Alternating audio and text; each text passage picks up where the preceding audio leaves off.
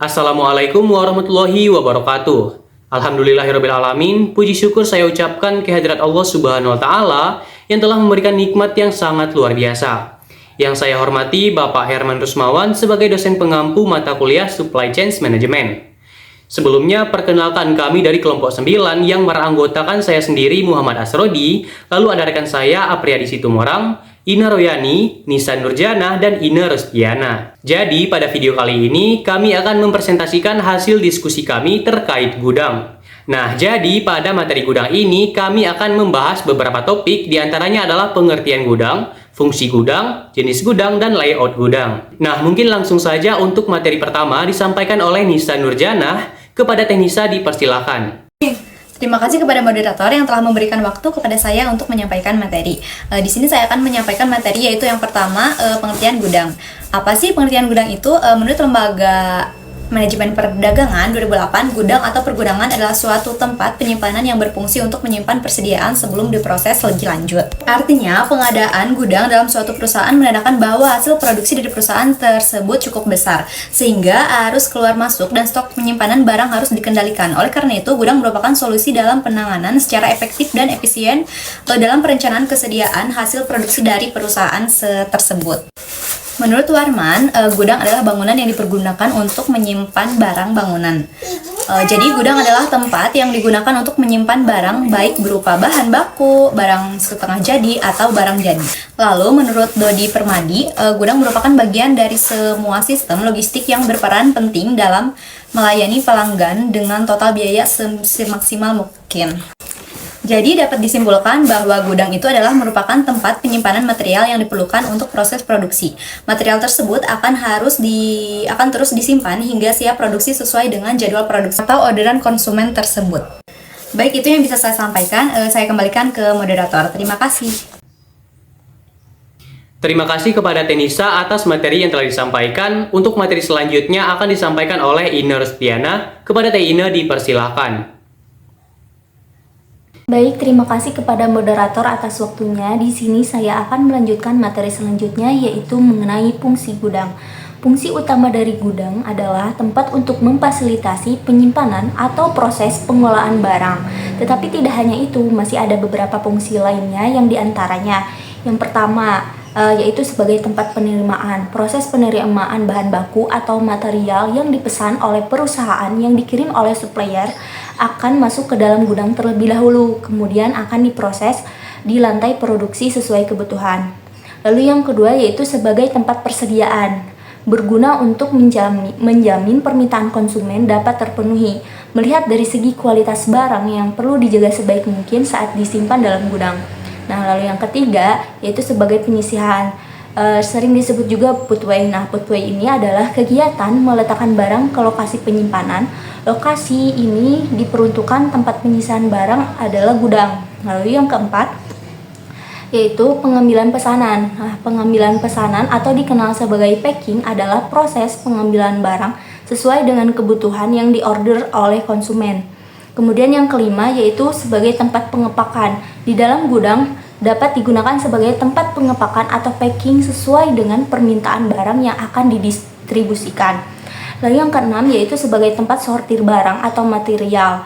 Proses pengambilan batch menjadi pesanan individu sering terjadi apabila perusahaan mendapatkan jumlah barang yang dikeluarkan dalam jumlah satuan, sehingga perlu adanya proses sortir terhadap variasi barang dalam jumlah besar. Nah, lalu yang terakhir, yang ketujuh yaitu sebagai pengepakan dan pengiriman. Proses ini dapat dilakukan di dalam gudang, mulai dari barang pemeriksaan, barang keluar dari tempat penyimpanan, hingga barang masuk ke dalam kontainer dan terjadilah proses pengiriman. Baik, mungkin cukup sekian dari saya kembalikan kepada moderator.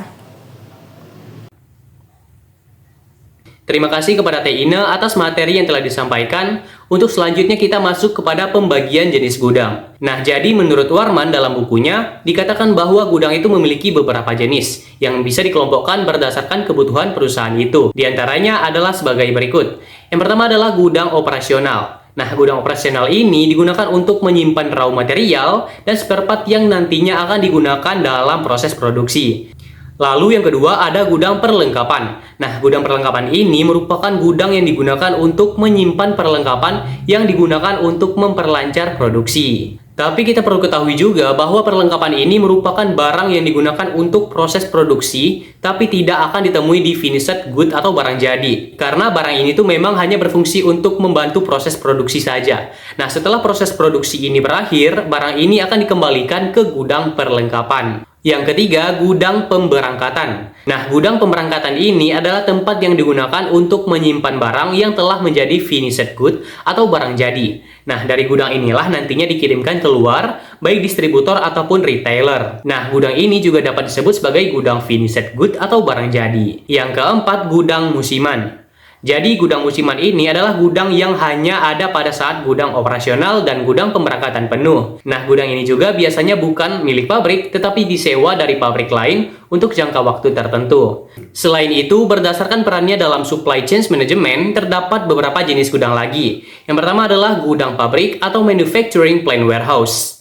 Transaksi di dalam gudang ini meliputi penerimaan dan penyimpanan material, pengambilan material, penyimpanan barang jadi ke gudang, transaksi internal gudang, dan pengiriman barang jadi ke central warehouse atau gudang pokok, atau langsung ke konsumen saja. Yang kedua, gudang pokok atau central warehouse. Transaksi di dalam central warehouse ini meliputi penerimaan barang jadi dari manufacturing warehouse, lalu ke pabrik atau dari supplier, penyimpanan barang jadi ke gudang, dan pengiriman barang jadi ke distribution warehouse. Yang ketiga, gudang distribusi atau distribution warehouse. Transaksi dalam gudang ini meliputi penerimaan barang jadi dari central warehouse, pabrik ataupun supplier, penyimpanan barang yang diterima dari gudang, pengambilan dan persiapan barang yang akan dikirim, dan pengiriman barang ke konsumen. Tapi terkadang distribution warehouse ini juga berfungsi sebagai central warehouse. Yang keempat adalah gudang retail atau retailer warehouse. Nah, jadi pada gudang ini mereka tuh memiliki sistem yang mana tokonya itu bisa menjual barang secara langsung ke konsumen. Mungkin sekian untuk materi jenis-jenis gudang. Untuk materi selanjutnya akan disampaikan oleh Ina Royani. Kepada Teh Ina dipersilakan. Oke, baik, terima kasih moderator. Untuk selanjutnya yaitu mengenai jenis-jenis layout gudang, di mana jenis-jenis layout gudang ini tuh terdapat 4 jenis ya. Yang pertama itu mengenai jenisnya dedicated storage.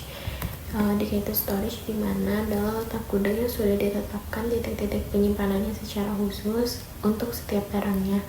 Contohnya untuk gudang A diperuntukkan untuk barang A. Nah, jika ingin menerapkan jenis layout gudang ini, maka dipastikan terlebih dahulu sudah menghitung luas area gudang tersebut. Hal inilah akan membantu kita untuk menentukan berapa banyak luas yang akan digunakan. Nah, yang kedua yaitu ada randomized storage, di mana randomized storage adalah gudang yang bersifat relatif random sehingga berpotensi penyimpanan barang-barang menjadi kurang teratur bercampur dengan barang yang lainnya. Artinya ada kemungkinan terjadinya perpindahan tata letak penyimpanan dari titik A ke titik B yang tidak teratur.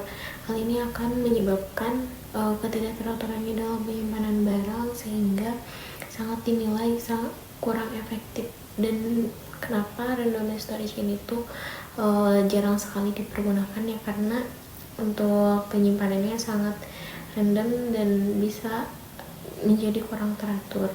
Mungkin cukup sekian, saya kembalikan lagi kepada moderator. Terima kasih. Terima kasih kepada Teh Ina atas materinya. Untuk selanjutnya akan disampaikan oleh Apriyadi Situmorang. Kepada Saudara Apriyadi dipersilakan. Terima kasih kepada moderator. Saya akan melanjutkan materi selanjutnya yaitu tentang class based dedicated storage. Jenis layout gudang ini sebenarnya hampir sama dengan dedicated storage. Hanya saja terdapat sedikit perbedaan, yaitu pada pembagian klarifikasi berdasarkan parameter tertentu.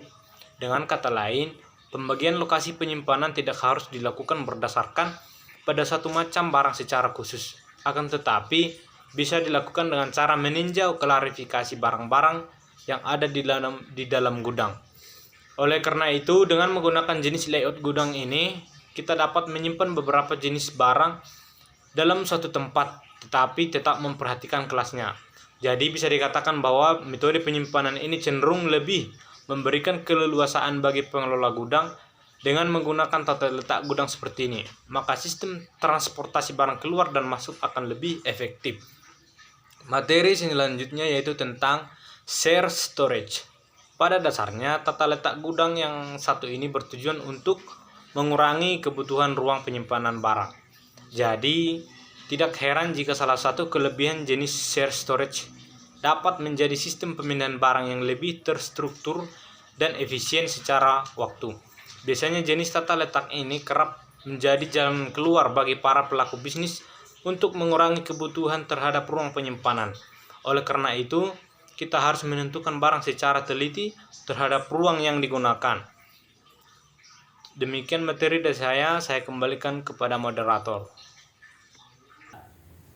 Terima kasih kepada Saudara Apriyadi Situmorang. Mungkin ini menjadi materi terakhir dalam presentasi tentang gudang ini. Sekian yang dapat kami sampaikan. Salah dan janggal mohon dimaafkan. Wassalamualaikum warahmatullahi wabarakatuh.